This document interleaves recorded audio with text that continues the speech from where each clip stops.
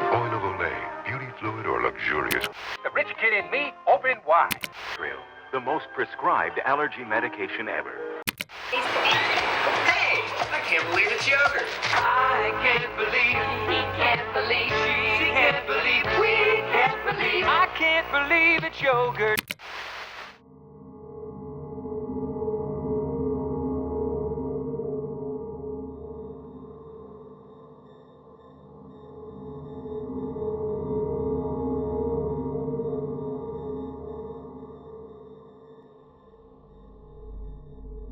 Shortly before midnight on Friday, December 6, 1991, a patrol cop in Austin, Texas, arrived on the scene of a fire at a strip mall.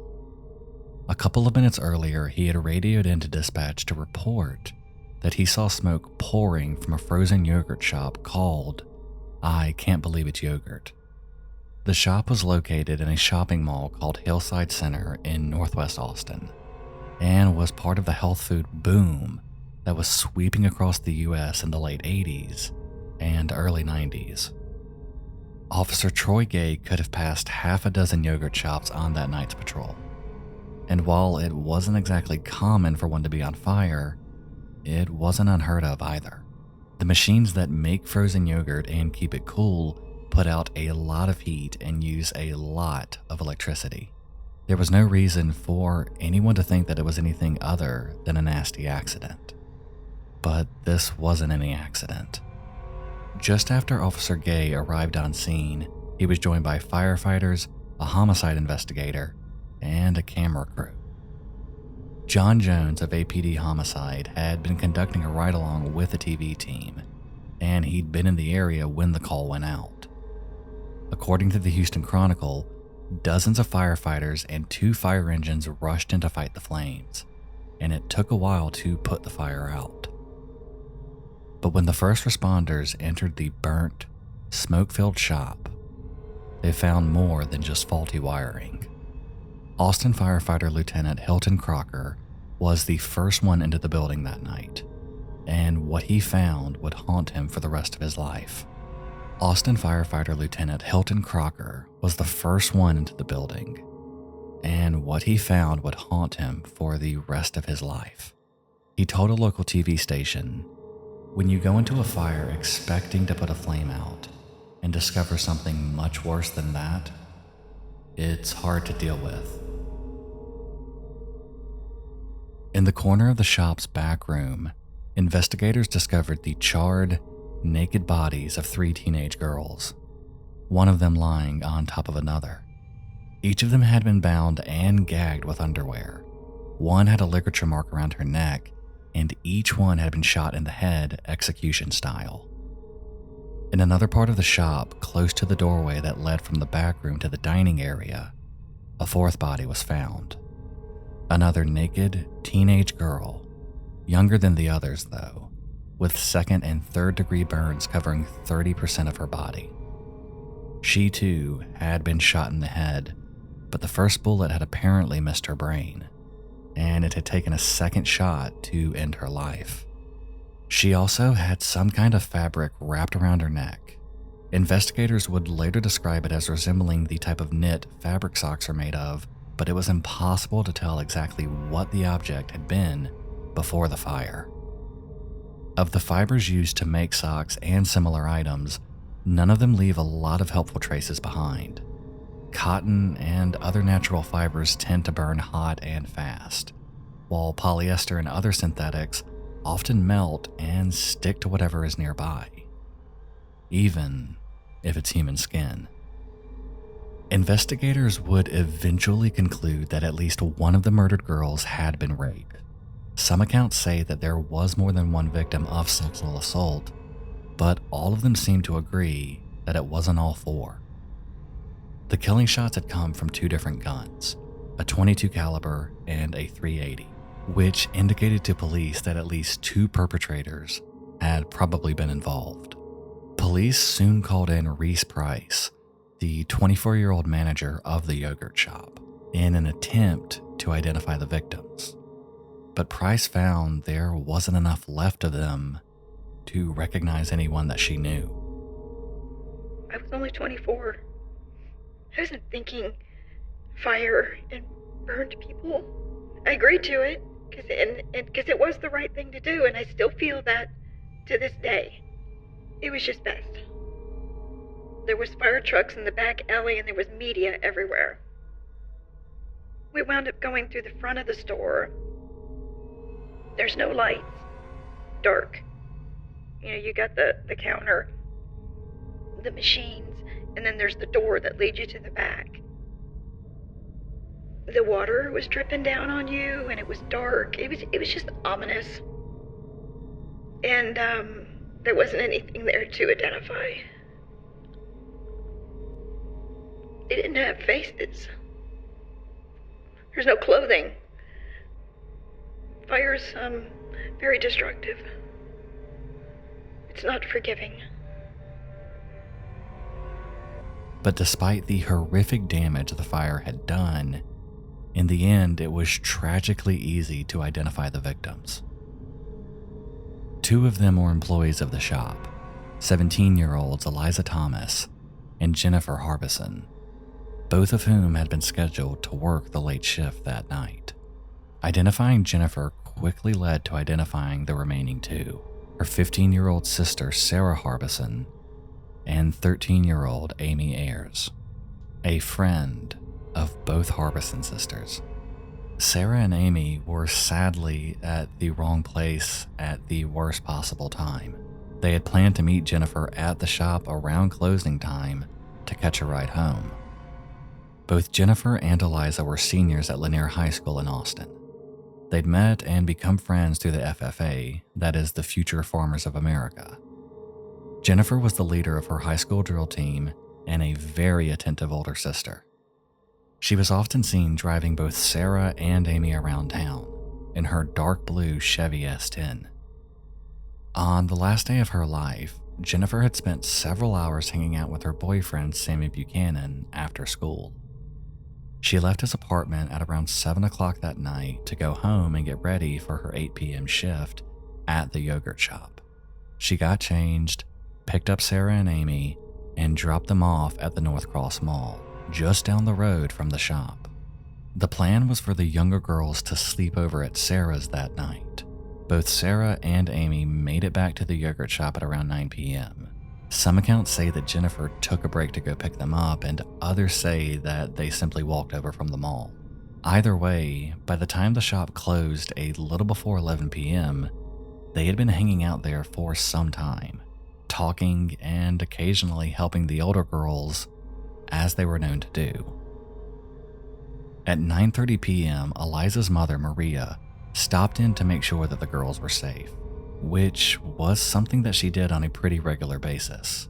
She bought a yogurt, chatted briefly, and left a few minutes later, not noticing anything off and having no clue of the horror that would soon descend on that yogurt shop.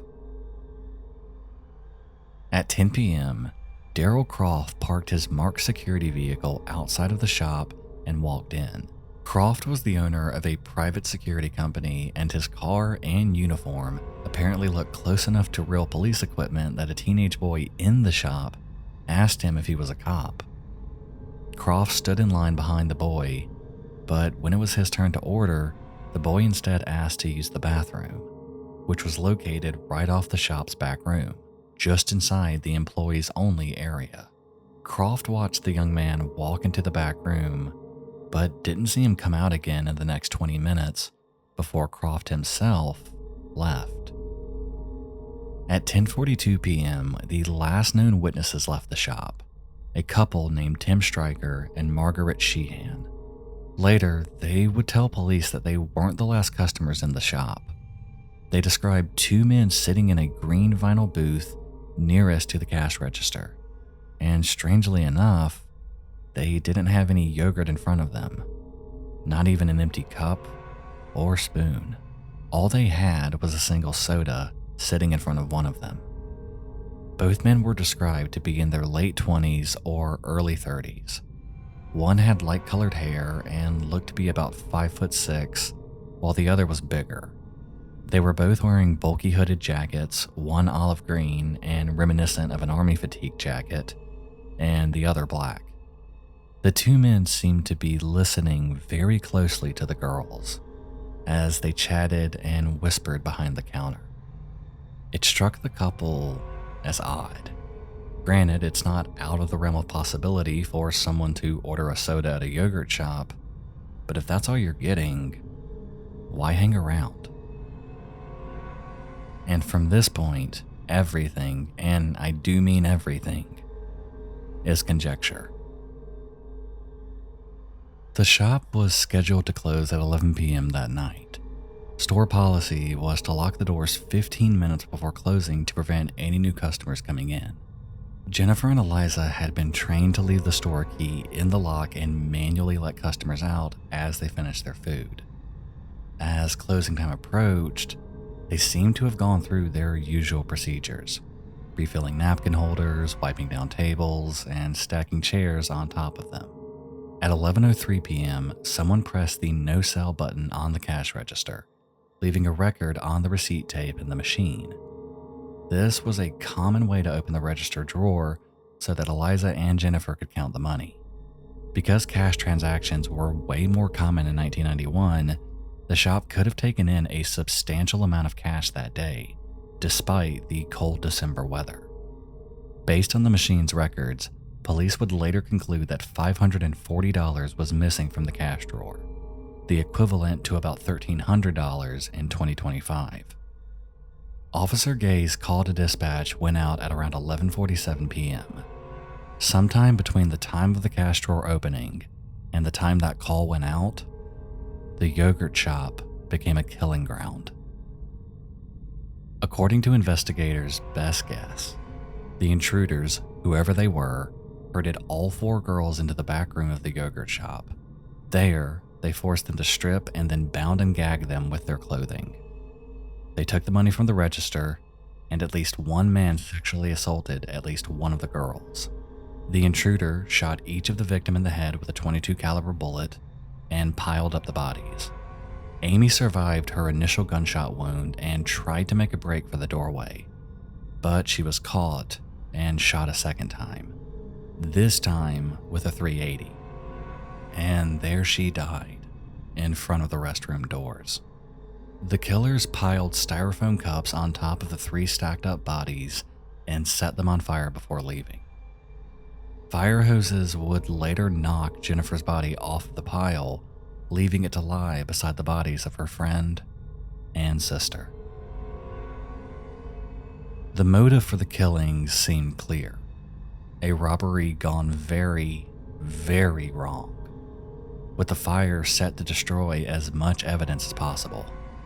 There was no sign of forced entry, so the perpetrators had probably entered the shop before closing and waited until they were alone with the girls. Perhaps it was the two men in the hooded jackets. Perhaps it was the teenage boy who took so long in the bathroom. Perhaps it was all three. Or perhaps it was someone else entirely. But even with that much made clear, there were several elements of this crime that didn't make sense. If the intruders weren't initially planning to kill the girls, why didn't they try to conceal their faces? If they didn't care who saw them, what made $540 worth the lives of four minors, especially with the state of Texas being known for its use of the death penalty? Why choose a shop that had people coming and going in so late at night and had two kids hanging around with the employees? After all, four people are a lot harder to control than two. Why not call the robbery off when the situation became obvious and leave before the store closed? After all, there had to be any number of fast food franchises in Austin that were taking in more daily cash than a frozen yogurt shop in December. Police really had no answers. And over 30 years later, they still don't. On Tuesday, December 10th, 1991, a funeral mass was held at St. Louis King of France Catholic Church in Austin. Hundreds of people crowded into the church to honor the 4 girls. The Harbison sisters and Amy Ayres will be buried together in the same cemetery. Meanwhile, mourners visiting the site of the fire piled up tributes to its victims. Candles, flowers, stuffed animals, and heartfelt letters decorated the scene of the crime. A student from nearby McCallum High School spray-painted a black heart on the door of the yogurt shop and pinned 4 red roses on it for the victims. While the people of Austin raged and mourned, the Austin Police Department seemed at first to be making good progress. On December 14th, they arrested a 16-year-old boy named Maurice Pierce at North Cross Mall for illegally carrying a .22 handgun and 16 bullets in his pocket.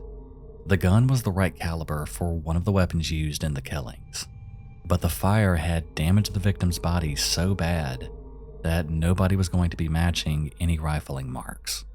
Austin Police Detective Hector Polanco questioned Maurice about the yogurt shop killings, and then claimed that Maurice told him that his 15-year-old friend, Forrest Welburn, had used the gun to kill the girls. Polanco also claimed that Maurice told him that he fled Austin right after the murders, along with Forrest and 2 other friends, Robert Springsteen and Michael Scott. Police didn't have much luck on finding evidence against the 4 boys, but they continued investigating nonetheless. But Maurice wasn't the only suspect who was reported to have confessed to the murders, if you can believe that or not. Also in December of 1991, a teenage girl and her boyfriend also confessed to the murders. And a few days later, on December 23rd, those confessions turned out to be false. Police admitted in a public statement that they only had a handful of leads, and that not much usable evidence was left behind, stating that the killers simply got lucky. The winter was just beginning to give way to spring when, on March 23, 1992, Detective Polanco was taken off of the yogurt shop case. Evidence emerged that he had coerced multiple suspects into false confessions, and they didn't stop there. In the fall of 1992, 2 men were arrested in Mexico for kidnapping and assault in Austin. The 2 men, Porfirio Villa Saavedra and Alberto Cortez, were both Mexican citizens, and one of them vaguely matched the description of a man seen outside the yogurt shop on the day of the murders. Saavedra and Cortez would both recant their confessions later, however, saying that Mexican federal agents had tortured them for hours. Then there was Kenneth Allen McDuff, a name some of you might be familiar with. He was a serial killer who was executed on November 17, 1998. On the day of his death, he confessed to the murders, and he was considered a fairly credible suspect at first. One of his documented victims, 28-year-old Colleen Reed, had been abducted from a car wash just down the street from the yogurt shop in December of 1991. But after a short investigation, McDuff as well was eliminated as a suspect. As of 1998, Austin police confirmed that over 50 people had falsely confessed to killing the 4 girls. In 1996, APD detective Paul Johnson took over the yogurt shop case and reorganized it. He broke the case file down into small parts, from which his detectives eventually developed over 2,000 leads. They then narrowed down those leads into what they referred to as 60 tips. One of those tips was Detective Polanco's interview with Maurice Pierce and the friends that he had implicated. We want the truth, and you know what the truth is. You're having trouble with the memories or flashbacks. You know what happened. You're scared to tell us. I don't blame you. It's a horrible thing what you saw in there. Look, you know, can I tell you what I keep seeing in my head? Tell us what you see in your head. I keep seeing these girls get shot. Right. Tell us what that looks like. Tell us what you see specifically. How they're getting shot and who's shooting them. Come on, Michael, you're doing good. Tell us. Let's do this today. Let's do it. Seeing girls, I remember seeing them down. I remember one girl screaming, terrified. Okay? I don't know if this is real or not, or if this is... Michael, it's real. It's okay. You can present it to us any way you want, but it's real. Mike, look at me. You're remembering what happened because you were inside there, right? You're remembering what I happened. don't honestly remember going in the building. If you were in the building, you went in there with them. I don't believe that, Michael. You do remember going in there. And you know you were in there. Did you shoot any of those girls? No, sir. Then tell us what happened. What did those two boys do to those girls? You want to live with this the rest of your life? No, I don't. Then get it out right now. They're you over. They're the ones that shot the girls. Do it. What did you see happen? In September of 1999, Michael Scott spent 3 days in interrogation before he confessed to participating in the murders, and he named Maurice, Forrest, and Robert as being involved with him. The day after Michael Scott confessed, Robert Springsteen was interrogated. He confessed to being involved in the murders and to raping Amy Ayers. The problem is, we got to get what are our options. I cannot give you any more truth than I've already given. Where do we go from here? Why can't you? Because you're going to dig yourself into that thing? Well, you're already there. You've already dug the hole. The hole's there. Oh, that I'm in it. I don't know. That's what I keep telling you guys. I mean, my God, this was 7 years ago. But this is one of the most significant things that ever happened in your life. That's what I keep trying to explain to you. If I was there and I partook in this, I would remember these things. And you do remember these things. No, I don't. No, I do not. Now, you're the coldest guy I've ever talked to in my life. Are you a cold-blooded murderer? No, sir, I'm not. I think you are. I think Maurice is absolutely true about you. Well, then You're the coldest guy I've ever talked to. Pardon me? Then let's take whatever actions we need to take. If that's what you believe and that's where you think this case needs to go, then let's go there. We don't want to go there. But I'm doing everything I can and have exceeded my limits of helping you guys. Where do we go now? What did Maurice make you do with that creating? Huh? What did he tell you to do? If that's right, or what's going to happen?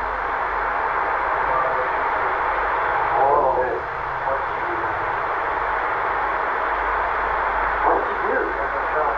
Which one? Okay, where? Where did he think you shoot? Wow. Where?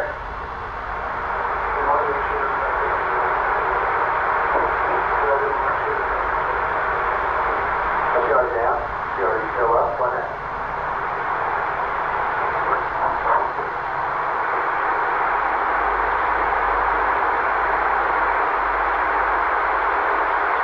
You're dead. Cancer. What else? What else did you do? Yeah, you did. You did? You're there. Absolutely. You are there.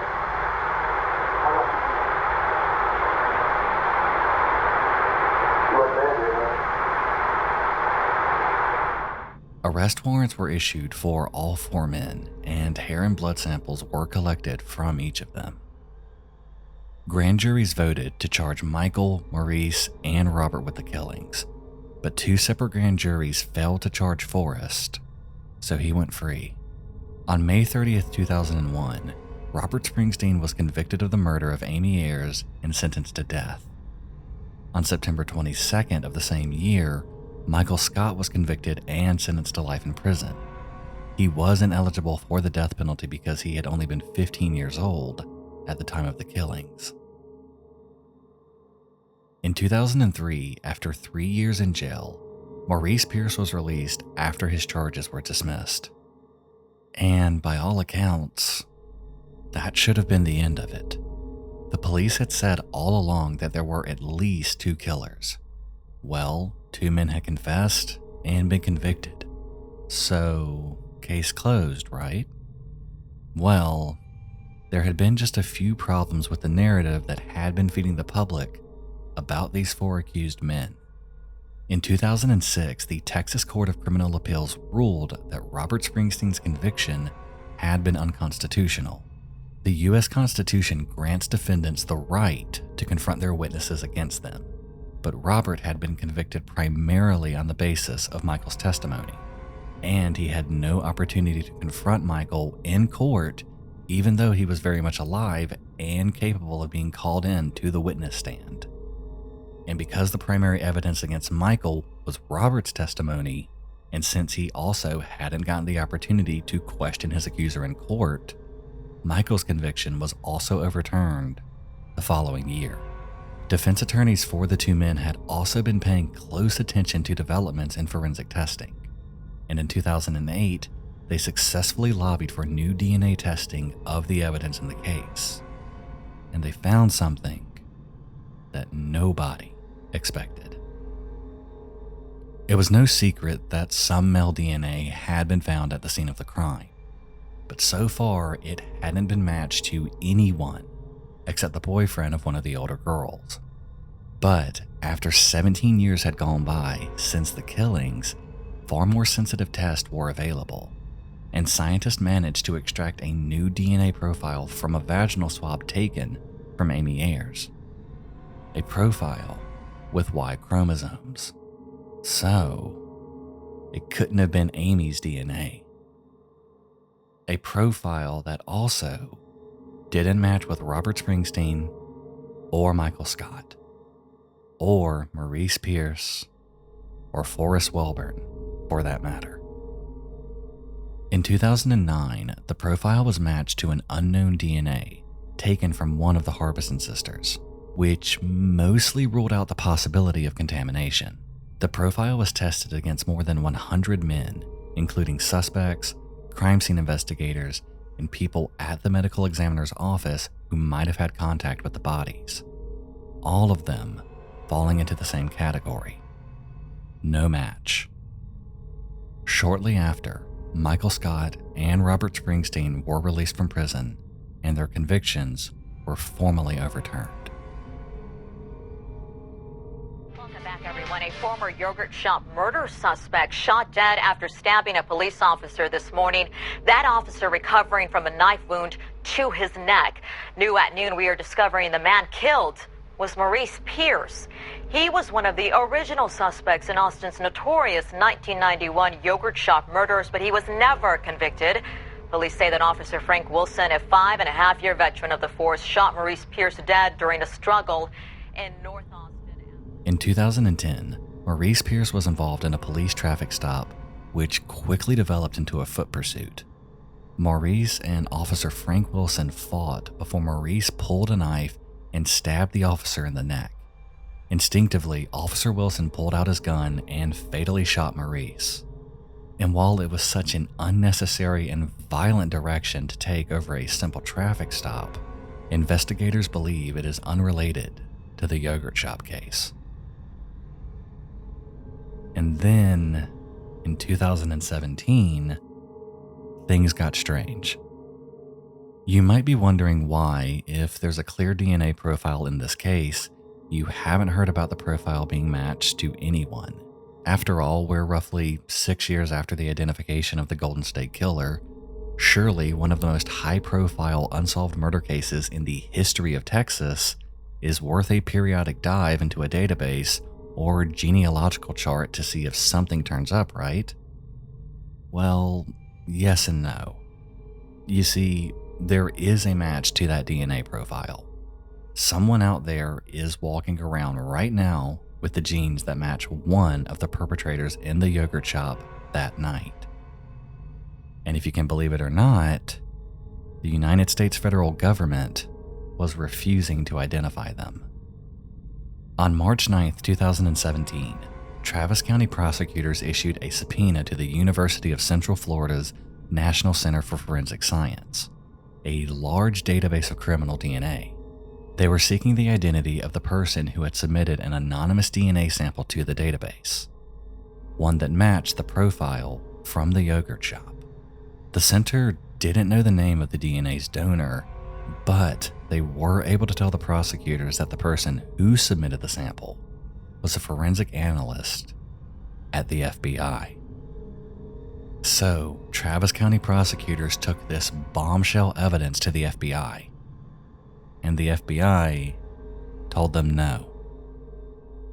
It's worth noting here that the profile from the yogurt shop was something called a YSTR profile, which focuses on genes found on the Y chromosome. Because the samples on the swabs included DNA from the girls, none of whom had a Y chromosome, a YSTR test was considered the best way to differentiate the DNA of the perpetrators from the DNA of the girls. Unfortunately, a YSTR profile isn't a complete DNA profile. Multiple men can share the same YSTR, usually because they're related. So whoever submitted that sample to the database might have been in the yogurt shop that night, or maybe it was their second cousin. For the next 3 years, prosecutors fought back and forth with the FBI to identify the source of the DNA. The FBI insisted that they were adhering to a 1994 federal law that required donors to population research databases like the Center's to remain anonymous. Prosecutors argued that even narrowing down the list of suspects to a few hundred people would be worth the effort, but the FBI was sticking to its legal guns. That was until 2020, when officials working the case reached out to U.S. Congressman Michael McCall to see if he could assist them. McCall pressed the FBI to work with Austin police, and ultimately the FBI agreed, but that victory was short-lived. After further testing, the original 16 identifiable DNA markers were increased to 25. Unfortunately, this clearer picture of the DNA profile led the FBI to, and I quote, conclusively exclude the male donor of the FBI sample, meaning that this potentially massive breakthrough was sadly a dead end. As of the writing of this script, we still do not know who took the lives of Eliza Thomas, Jennifer Harbison, Sarah Harbison, and Amy Ayers. But that's not to say that this case is hopeless. Technology evolves and new information comes to light all the time. Perhaps all this case needs is a few more years. And unfortunately, if there's one thing the families of the victims in this case know how to do, it's wait.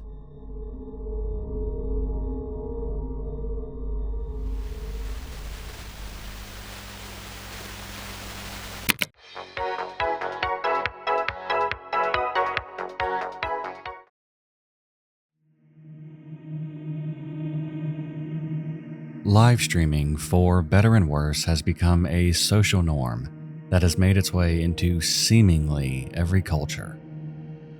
Just the other night, while mindlessly scrolling on TikTok, I came across several lives. One from a street artist in New York City, another showing a dancer streaming live from Germany, and within a few more swipes, I was watching a woodworker in Hawaii chat with their viewers. While there's an argument to be made that not everyone should be streaming their day-to-day lives at all times, there's also the fascination that draws many of us in, seeing the life of a complete stranger play out, never knowing what could come next. It could be something on par with what they're discussing. It could be witnessing a rare event play out in real time. Or, in the case of Anthony Gelia, it would be something that horrified many who watched it.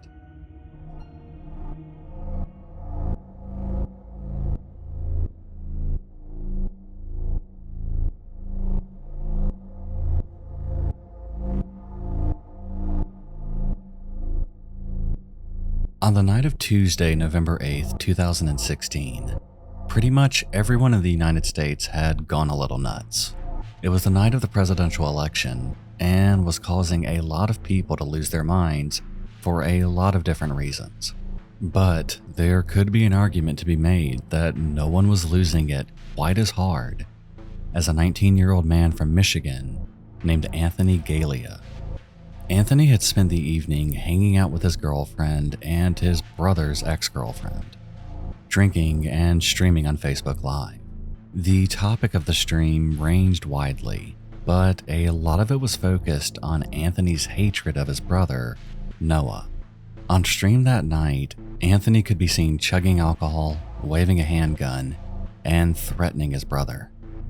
Doubling down on his anger, Anthony announced that he wanted to kill someone and that he was going to go to prison and join the Aryan Brotherhood. He also threatened to shoot cops and later brandished a chainsaw that he had in the car while also threatening to cut someone's head off. It was that kind of night. Look at, I smell bacon. Oh my God. There's bacon. They got somebody. You know what's funny? I could go over there right now and pop a pig in the fucking head. I'm gonna go pop a pig in the head. Fuck it, I don't even like my life. Hey, stop! I don't even fucking like my life. No fucks, no laws, no nothing for me. I don't give a fuck. I got one in the chamber right now. Baby, stop. I have no problem. Baby, stop. Okay, Ashley, share it on. Hell, share it with me. You just made me. She's gonna. She's got. Say something to me. I think how little is left. That don't fuck around. I almost want to shoot this gun off right now. Almost. Stop. But almost isn't enough, right? Oh, there's a cop. I'm so scared. What's up? What's up, live? Can someone talk to me? Alright, who wants the beef? Alright, if there's just one of you, then I'll fight you. But if there's more than one, I'll fucking shoot. What's up? I'm fucking crazy. Guaranteed crazy. It's not fully clear what caused the issues between Anthony and Noah. I have seen several rumors online that claim Noah was dating Anthony's ex, a woman named Amber. I've seen comments claiming that Amber had secretly been into Noah when she was dating Anthony. And I've also seen that Anthony later found out that Amber was married and broke it off with her. Yet Noah continued being a part of her life. Regardless of what is and isn't true in that fucked up love triangle, something that is true while simultaneously adding another confusing piece to this puzzle was that on the night in question, Noah's ex, Ashley, was with Anthony that night, driving the car as he continued going on his rage-filled live stream. And fueling the rage rant that Anthony was spewing for all to hear was a combination of copious amounts of liquor and Xanax. It was also around this point that Ashley had the bright idea to announce that she knew the house that Noah was staying at that night. And while under the effects of the dangerous cocktail of liquor and Xanax, Anthony decided that he was going to combine his intoxication and his anger with his gun and settle things with Noah once and for all. I know where they are. Who? I know where they are. I know where they live. Who, Noah? Let's go. We're gonna go find Noah. There's my pistol. Where's my pistol? Anthony, I'm on probation. I'm gonna pop right in. Get in the car. Now. Oh, I just tried to pop a shot with the safety on. Woo! There was cops right there! Go to the house and didn't know where. Alright, let's see what's here. I'm gonna go find my little baby bro and see who the fuck was threatening me. Wanna see? Let's see who the fuck was threatening me. Watch this shit. No, you're going there to act normal. Keep it up. No, Let's see this shit right here. Watch this. I got to get it.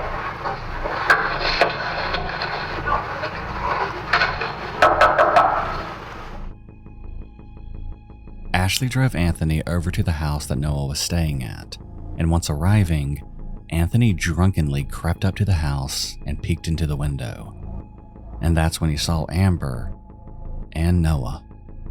The house in question belonged to a man named Jim McCravey. Jim's son, Tyler McCravey, along with his fiancée, Brittany Southwell, and the couple's 7-month-old son, were living there until they could find a place of their own for themselves and Brittany's 2 other children. The reasoning for Noah being at that house that night was that both he and Amber were staying there for a few days, as Amber and Brittany were sisters. It gave Amber time to see her younger nephew. As far as anyone can tell, Tyler and Brittany had nothing to do with Anthony's feud with Noah, or any other part of the madness of November 8th, with the sole exception of being in the wrong place at the worst possible time. Anthony was still streaming on Facebook Live at this point, screaming at the camera about confronting Noah.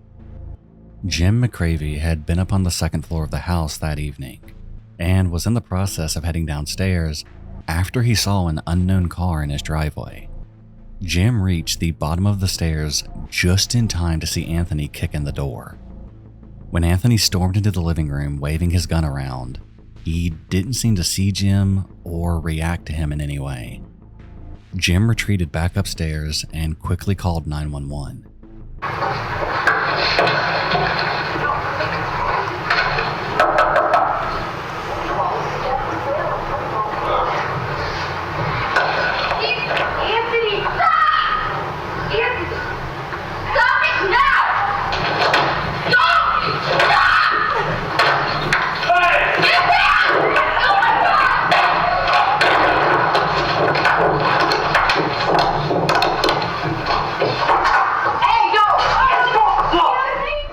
The video from this live stream went black right before Anthony kicked in the door, but you can still hear Anthony shouting along with scattered screams, and then a gunshot deafens the room, quickly followed by multiple others. Amber can be heard screaming Anthony's name and pleading with him that her nephew was inside the house. Anthony fired 4 shots into the living room floor and 1 shot into the kitchen cupboard before staggering downstairs into the basement. Tyler, Brittany, and their 7-month-old son were in that basement. Tyler saw Anthony coming down the stairs with a gun in one hand and a cell phone in the other. Anthony pointed the gun at him almost immediately and fired twice. He missed, and Tyler and Brittany scrambled into a bedroom and slammed the door behind them. Brittany was clutching her 7-month-old son in her arms, but Anthony didn't seem to care.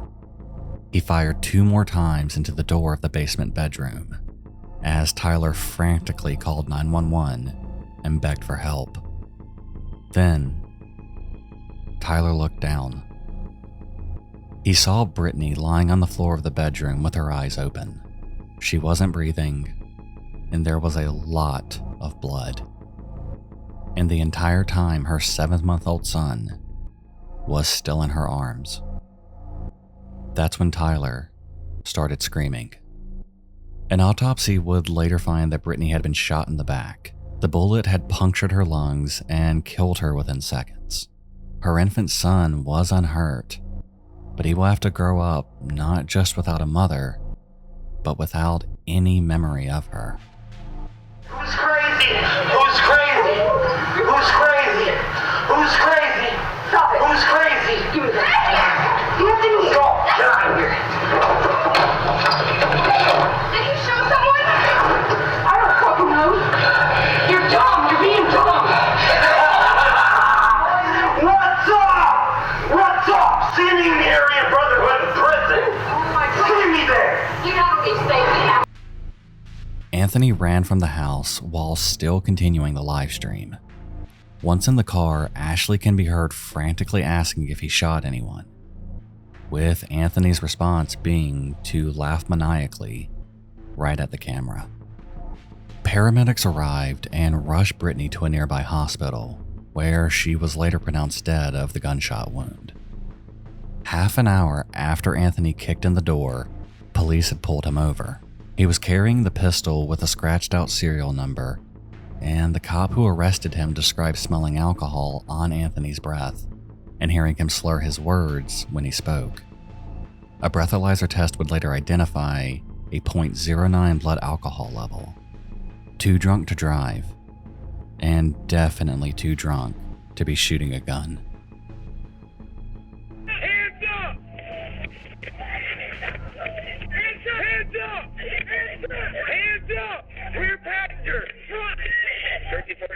traffic. There's a 49 murder traffic. We have a suspect in the south. We Silver Lake. Come to me. They see in there with a gun. Hey, I'm gonna grab my long gun. Stand back behind his car. Stand in his car. Show us your hand. Anthony. The hand's where I can see them.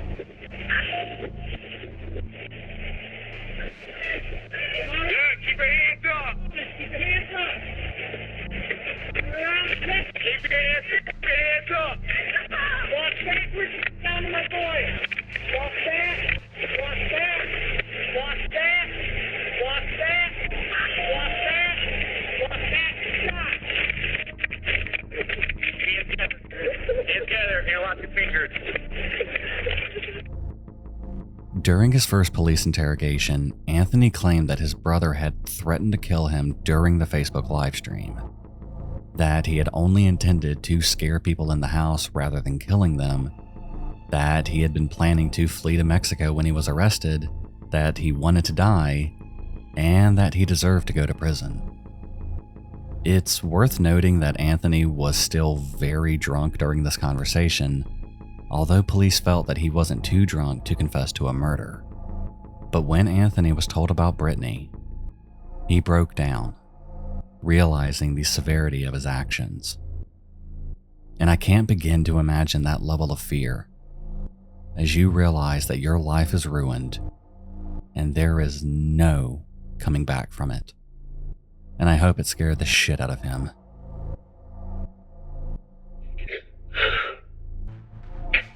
When I went in that house, I didn't intend on hurting anybody. And I didn't know what I was doing because I was so intoxicated. I went on live on Facebook. I don't know, man. I fucked up. I'm a dummy.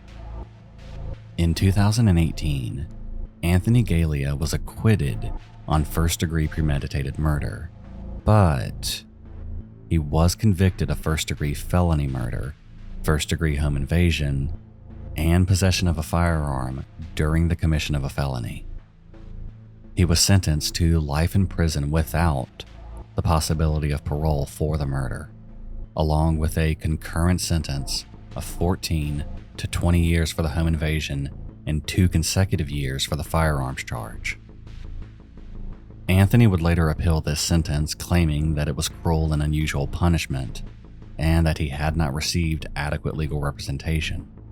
As of the date of this recording, he is at the Macomb Correctional Facility in Michigan.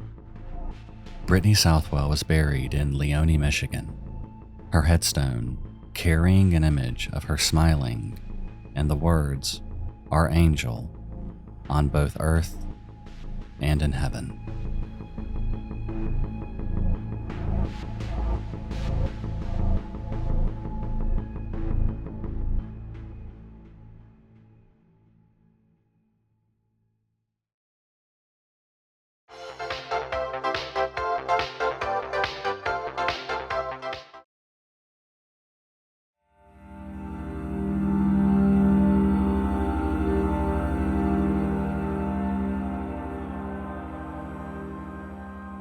If you grew up in the United States, and if you're old enough to remember the 1980s and 90s, you probably remember seeing milk cartons with children's faces on them.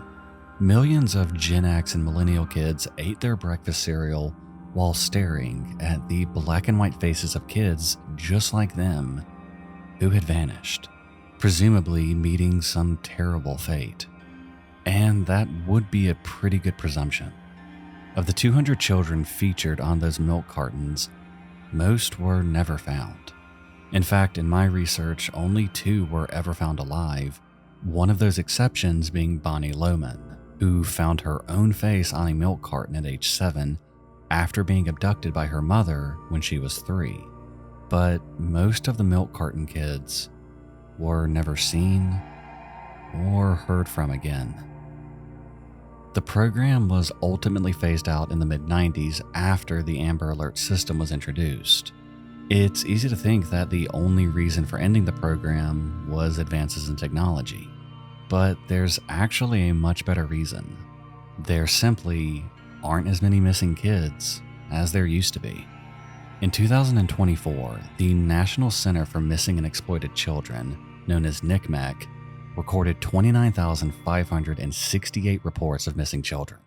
That sounds like a lot, but it covers everything from full-on disappearances to runaways to parents being late returning a child from a court-ordered visitation. By the end of the year, NCMEC reported only 2,535 cases were still active. At the end of 1994, 30 years earlier, that number was 13,404. Fewer children go missing now, and as a rule, most of them are found fairly quickly. But there are exceptions to every rule. On Friday, June 4th, 2010, Kyron Horman was 7 years old and finishing up his second grade year at Skyline Elementary School in Portland, Oregon. The school was hosting its annual science fair that day, and Kyron was excited to attend and show off the exhibit that he had made about the red-eyed tree frog. His stepmother, Terry Moulton Horman, brought him to school that morning and walked around the science fair with him. She ended up taking this picture on screen that anyone who has heard of this case has seen. Terry would later tell police that she left the school at around 8:45 that morning after she watched Kyron walking down the hall towards his first class of the day. But Kyron didn't appear in that first class, and no one at that school would see him for the rest of the day, or ever again, for that matter. Kyron was the son of Kane Horman, an engineer working for Intel, and his wife, Desiree Young. The couple broke up when Desiree was 8 months pregnant, with Kane citing irreconcilable differences. And on September 9th, 2002, Kyron was born to parents who had already divorced. Despite this rough start in life, Kyron was lucky enough to have both of his parents involved in caring for him from the very beginning. Kane and Desiree shared custody of Kyron until 2004, when Desiree was diagnosed with kidney failure. Because Desiree's medical condition required a lot of medical care, Kane took full custody of the toddler, although Desiree stayed involved as much as possible. In 2007, Kane married Terry Moulton, a substitute teacher and the woman who would be the last person to see Kyron at school on that fateful day. And so Terry had been a part of Kyron's life from the beginning. She also provided Kyron with his only sibling when she gave birth to a daughter, Kiara, in December of 2008. Unfortunately, Kiara would be less than 2 years old when her half-brother disappeared. At 3:30 p.m. on the day of the science fair, Terry and Kane walked together to the bus stop to meet Kyron when he disembarked. But he wasn't on the bus. The driver hadn't seen him and told them they should check with the school. The school secretary found that Kyron had not appeared for his first class of the day, or any of the classes after. The secretary immediately called 911. Police descended on the school and then the neighborhood, interviewing anyone they could find. Gina Zimmerman, the president of the school's PTA, told them that she had seen Terry and Kyron in front of Kyron's exhibit at around 8:15 that morning. Terry reported that she had last seen Kyron at around 8:45, walking towards his classroom. Classes began at 10 a.m. that day, and Kyron's homeroom teacher, Christina Porter, marked him as absent. There was an initial report that a student had seen Kyron near the south entrance to the school at around 9 a.m., but the sheriff's department would later retract that statement, and that student has never been identified. At 1:21 p.m., Terry posted pictures of Kyron on Facebook. At 3:30 p.m., the bus turned up without Kyron on board. 16 minutes later, at 3:46, the school secretary called 911 and the search officially began. At 5:30 p.m., Portland Public Schools sent an automated message to parents' phones, simply saying, "Kyron Horman did not arrive home today." Sometime between 7 and 7:45, Sheriff Dan Stanton called the FBI to report Kyron's disappearance, with the first search teams arriving at the school shortly after 8 o'clock that evening.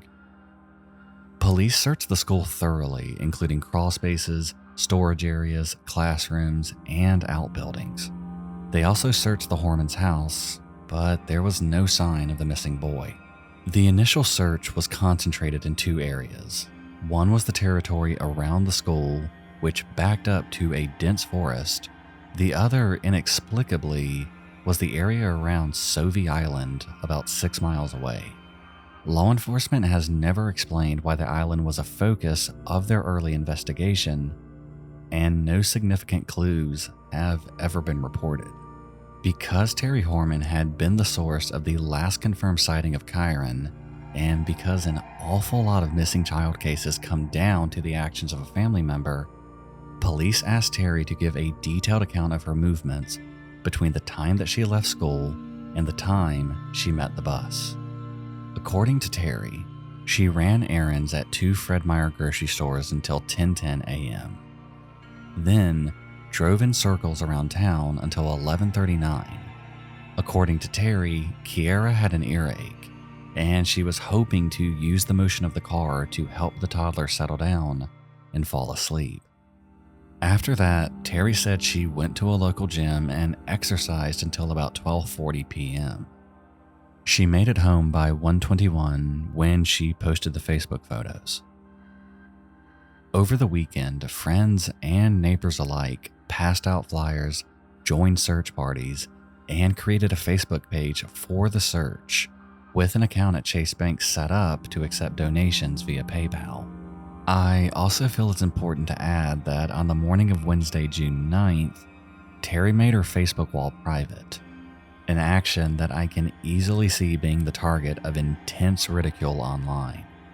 But for me, it's not even remotely surprising that she did that. I would if I was in that much media attention, and everyone knows what comes with that, especially when it involves a kid. The search for Kyron lasted over 10 days, with more than 1,300 people participating. And as far as anyone knows, no trace of Kyron was or has ever been found. At the same time as the searches were being conducted, things were falling apart in the Horman household.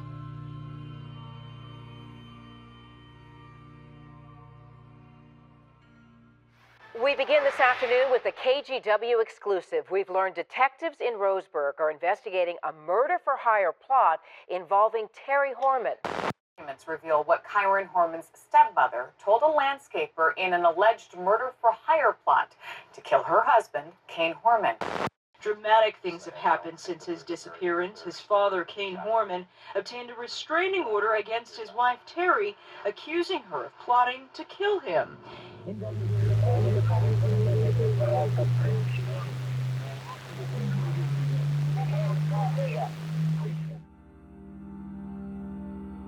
At some point in late June, investigators told Kane Horman about a deposition that they'd taken from a landscaper named Rodolfo Sanchez.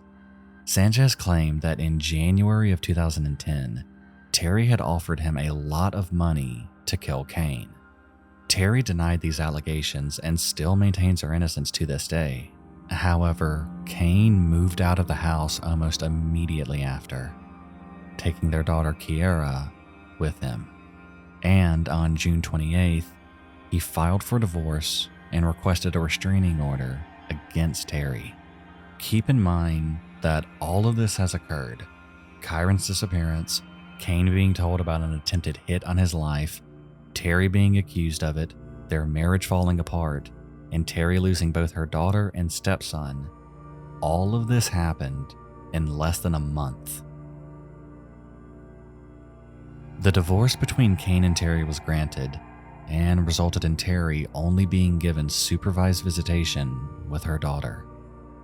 It would be easy to say at this point that Terry was the most obvious suspect in Kyron's disappearance, especially when you factor in that she failed 2 polygraph tests. She was his stepmother after all, not his biological mother, and there were whispers that she resented Kyron's presence. Terry was the last person known to have seen Kyron on June 4th. It doesn't help that her alibi for the next few hours isn't the strongest either. No witnesses have ever come forward to say that they'd seen her at either Fred Meyer grocery store, or at the gym, or driving around town with Kyra in her car seat for that matter. But absence of evidence is not evidence of absence. And from my research, Terry wasn't the only possible suspect, just the only one with a name and a link to Kyron. And what's so frustrating is that there genuinely are numerous possibilities to explain what happened. After all, Kyron was known to be a curious 7-year-old boy. He could have wandered out of the school and run afoul of a stranger. It's even possible that someone inside the school was responsible for his disappearance. But what continues to stick out to me, though, is the fact that Skyline Elementary borders a very large area of dense woods. For me, it's not that hard to imagine a kid, especially a 7-year-old boy, to go running into the woods to play, because that is exactly the type of thing I did when I was that age.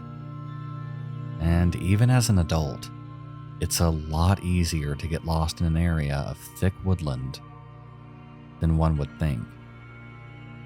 Kyron had about a 7-hour window of going unnoticed, and a lot could happen in those 7 hours.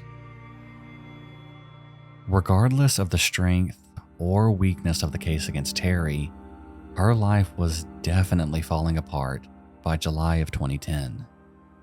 On July 12th, Terry announced that she wouldn't contest Kane's divorce proceedings or his legal attempt to force her out of the Horman family home. Kane asked the judge to hold her in contempt of court, saying that she shared sealed legal information, tried to kidnap Kyra, and violated the restraining order by starting a sexual relationship with a friend of Kane's from high school. However, Kane would later drop this request. Meanwhile, police focused their efforts on the people around Terry, with noticeable focus on one friend in particular, Dee Dee Speicher, who was doing gardening work in the area at the time Kyron disappeared, and reportedly left her work suddenly at around 11:30 a.m. Yet Dee Dee claimed that she never left her work site during her scheduled work hours. By late that summer, the Kyron case had exploded all over the national media, with his picture appearing on the cover of People magazine and Dateline NBC taking a tour of his mother and stepfather's house. But still, there was no sign of Kyron himself. It was as if the forest had swallowed him whole, or if he had simply vanished in the blink of an eye. In 2012, Kyron's mother Desiree filed a lawsuit against Terry, claiming that Terry had kidnapped Kyron and was responsible for his death. The suit would later be dropped, but the suspicion in this case has never strayed far away from Terry. At the time of recording, no trace of Kyron Horman has been found. No one has been charged in his disappearance or possible death. And still, even with the seemingly never-ending coverage in forms of articles, videos, interviews, forum boards, and newspapers, even with massive names in news media like Nancy Grace and Dr. Phil covering this case, even with updates happening as recent as May 21st, 2025, even with all of this, Kyron's story still has no ending.